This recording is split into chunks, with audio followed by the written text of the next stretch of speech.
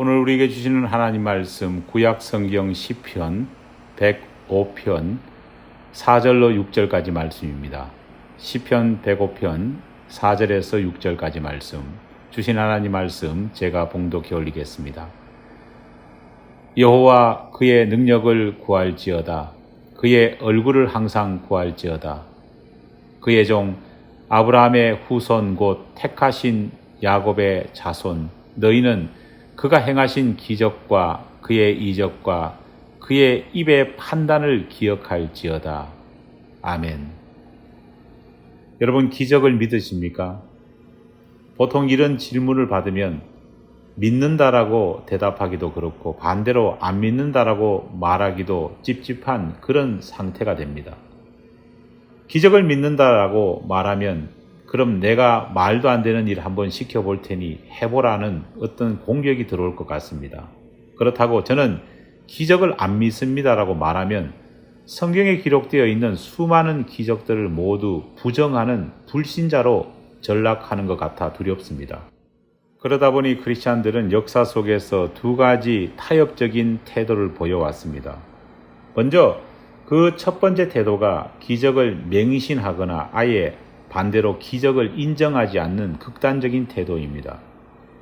기적을 맹신하는 소위 우리가 은사주의자라고 부르는 그룹의 사람들 중에는 더 이상 기적이 특별한, 일어나기 힘든 그런 사건이 아니라 마치 일상적이고 다반사인 평범한 사건처럼 취급하기도 합니다.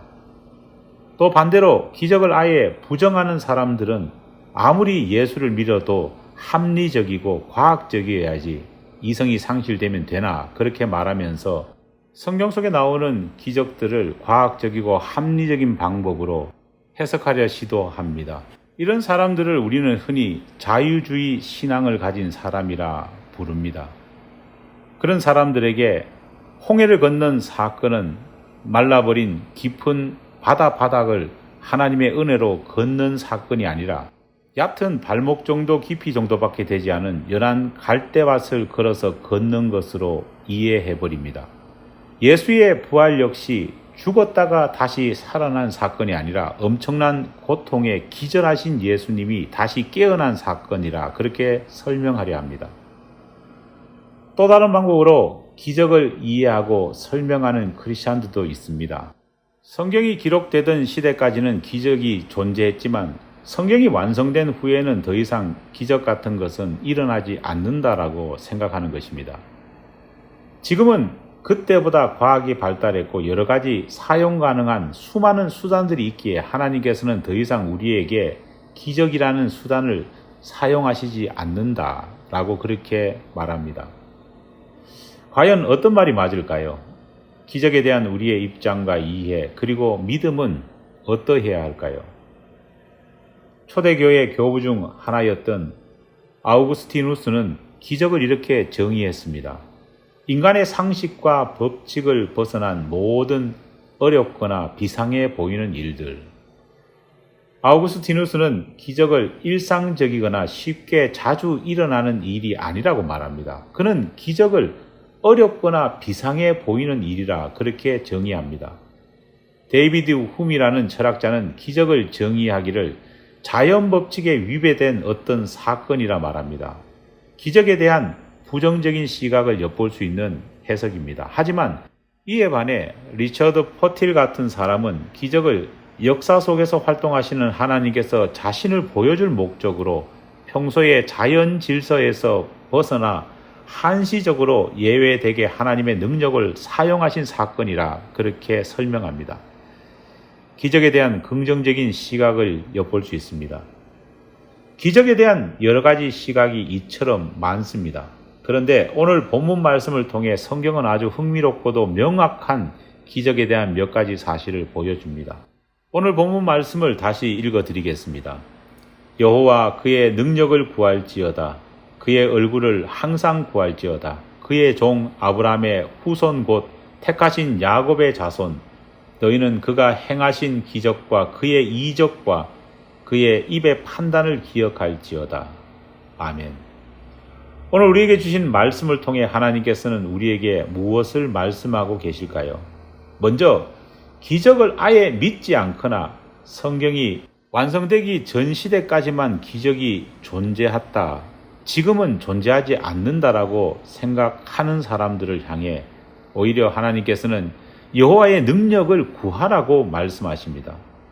심지어 그분의 능력과 얼굴을 항상, 다시 말해 always 구하라, 그렇게 말씀하십니다. 성경은 기적이 일상적인 것, 아주 흔한 것이라고는 말하지 않습니다. 믿음으로 자연 법칙을 날마다 깰 수 있다, 그렇게도 말하지 않습니다.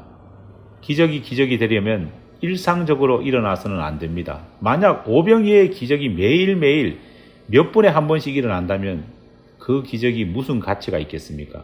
만약 죽은 나사로가 살아나는 기적을 누구나 행할 수 있다면 하나님께서 만드신 범죄한 인간에게 부여하신 사막이란 벌은 무력화될 수밖에 없습니다.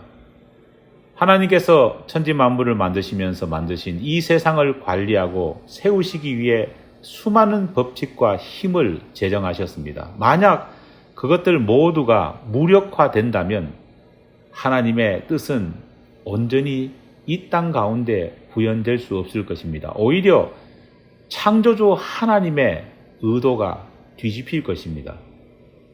하나님께서 만드시고 지금도 운행하고 계시는 자연 법칙은 견고하고 변함이 없습니다. 독을 마시면 사람은 죽습니다.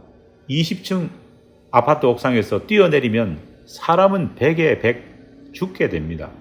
하나님께서 만드신 중력이라는 법칙이 모든 사람들에게, 모든 만물에 적용되기 때문입니다.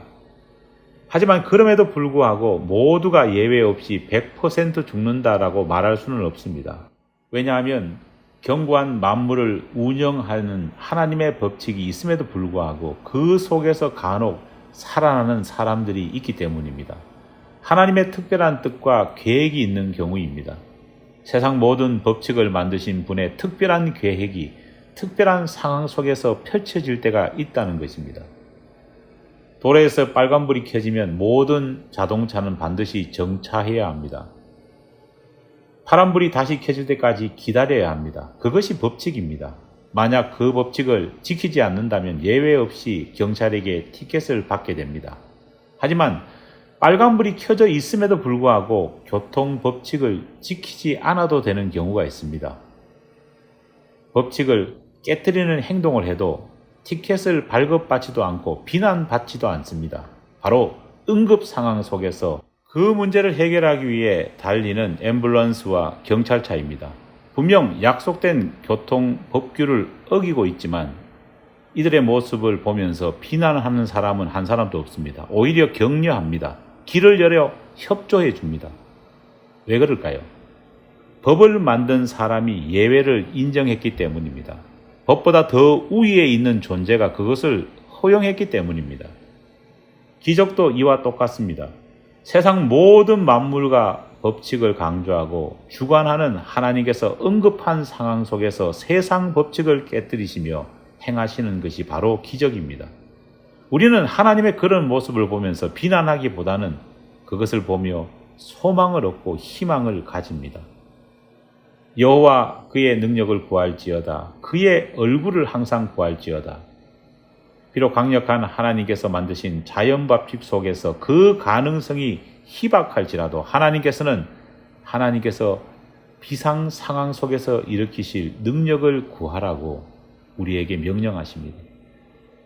절망의 상황, 절대절명의 순간일지라도 그분의 얼굴을 바라보라고 말씀하십니다. 반드시 기적이 일어난다는 것이 아니라 하나님의 선하신 뜻을 바라보며 그분의 은혜를 구하는 최선을 다하는 믿음의 강구를 하라는 것입니다. 그것도 항상 말입니다. 바로 이 믿음이 우리가 항상 어려움을 당하는 교우들을 위해 중보기도하는 이유입니다. 우리가 항상 1%의 가능성이라도 바라보며 하나님의 기적을 구해야 되는 이유입니다. 오늘 본문 말씀에서 하나님께서는 우리에게 다시 이렇게 말씀하십니다. 그의 종 아브라함의 후손 곧 택하신 야곱의 자손 너희는 그가 행하신 기적과 그의 이적과 그의 입의 판단을 기억할지어다. 늘 말씀드리지만 우리 신앙에 있어서 기억하는 것은 대단히 중요합니다. 기억은 우리 신앙의 밑거름입니다. 하나님께서는 이스라엘 백성들에게 신명기 다시 말해 하나님의 명령을 기억하라는 제목의 책까지 주시면서 하나님의 말씀과 하나님의 역사를 기억하라 명령하셨습니다. 예수님께서는 제자들과 마지막 유월절 식사를 하시면서 첫 번째 성만찬식을 가지셨습니다. 바로 이때 가장 먼저 하신 명령이 기억하라는 말씀입니다. 오늘 본문 말씀에서 하나님께서는 다시 기억하라고 명령하십니다. 그의 종 아브라함의 후손 곧 택하신 야곱의 자손은 먼저 하나님의 선택받은 이스라엘 민족을 의미합니다. 동시에 이것은 예수님을 믿는 우리 크리스찬들을 의미합니다. 하나님께서는 하나님을 믿는 믿음의 사람들에게 하나님께서 행하신 기적과 이적 그리고 그분이 말씀하신 말씀들을 기억하라고 명령하십니다. 무슨 말입니까? 기적은 일반적이고 일상적이고 흔한 것은 결코 아니지만 역사 속에서 행하신 하나님의 응급한 상황 속에서 펼치신 일들임을 기억하며 오늘도 최선을 다해 자신을 위해 형제 자매들을 위해 교우들을 위해 기도하고 기적과 이적 하나님의 역사를 간절히 구하라는 말입니다. 사실 우리에겐 내가 기도하고 바랬던 그대로 일이 술술 풀리고 해결되는 것을 기적이라 생각하는 경향이 있습니다. 하지만 하나님에게 기적은 우리의 뜻과 바램대로 실현되는 그것이 아니라 우리가 하나님께서 펼치시는 모든 일들을 믿음 안에서 받아들이고 하나님의 선하심을 끝까지 믿고 그분께 간구하는 그 자체가 기적이라 말씀하십니다. 최근 우리에게 기도할 제목이 참 많아졌습니다. 정말 하나님의 기적을 구해야 할 일들이 많아졌습니다. 분명 일의 경중은 있다 할지라도 우리는 모든 사람들을 위해 기도해야 합니다. 왜냐하면 일의 경중은 있어도 기도에는 경중이 없기 때문입니다. 우리가 기도할 때 하나님께서는 하나님의 뜻을 펼치실 것입니다. 우리가 기도할 때 하나님께서는 우리가 상상하지 못할 놀라운 기적들을 일으키실 것입니다.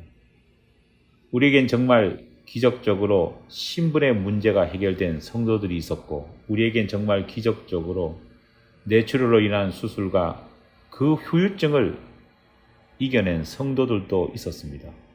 암으로 인해 걱정하면서 함께 기도했을 때 암의 문제가 해결되는 모습을 우리는 지켜봤습니다. 우리에게 정말 크고 작은 하나님의 기적이 있었습니다. 우리는 지난 세월 속에 이 모든 기적들을 잊지 말아야 합니다. 그리고 오늘의 하나님을 향한 간구의 힘으로 이것을 삼고 밑거름으로 삼아야 합니다. 하나님께서는 지금도 기적을 행하십니다. 그러하기에 우리는 기도해야 합니다. 갑자기 닥친 많은 기도거리에 당황하기보다는 오늘 우리 모두가 말씀처럼 하나님의 기적을 바라며 이전에 이루신 기적을 기억하며 함께 합심해 기도한다면 하나님께서는 오늘 또 놀라운 역사를 일으키실 것이고 우리는 하나님의 그 역사를 바라보는 믿음의 공동체로 한층 더 성숙해질 것입니다. 하나님께서는 분명 또 하나의 좋은 믿음의 기적, 영적 추억들을 우리에게 만들어 주실 것입니다. 기도하겠습니다. 연약한 인간이기에 실망하고 실족하기 쉽습니다. 하지만 우리보다 우리를 더 잘 아시고 우리의 형편을 더 잘 헤아리시는 하나님이 계시기에 오늘 또 하나님이 주실 은혜와 기적을 바라보며 간절히 구합니다. 하나님, 우리 마음 가운데에 끝까지 하나님을 의지하고 붙들고 간구할 수 있는 믿음을 허락하여 주시옵소서. 예수님 이름으로 기도드립니다. 아멘.